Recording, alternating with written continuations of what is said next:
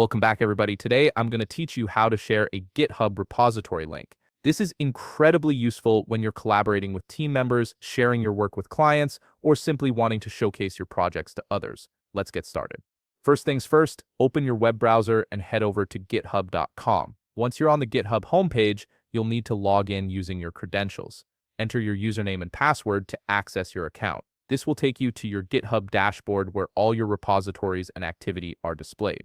Now that you're logged in, take a look at the left panel of your dashboard. This is where all your repositories are listed, making it easy to navigate through your projects. Scroll through and click on the repository you want to share. This will open up that specific repository page where you can see all the files, commits, and other details related to your project. Once you've opened the repository, look for the green code button located near the top right area of the repository page. This button is your gateway to accessing the repository's URL and other cloning options. Go ahead and click on it. A drop-down menu will appear with several options for accessing your repository. In this drop-down menu, you'll see tabs for HTTPS, SSH, and GitHub CLI. For sharing a simple link that anyone can view, you want to make sure you're on the HTTPS tab. This is usually selected by default, but it's always good to double-check. The HTTPS option provides a web-friendly URL that's perfect for sharing with others who might not have SSH keys set up. Right next to the URL,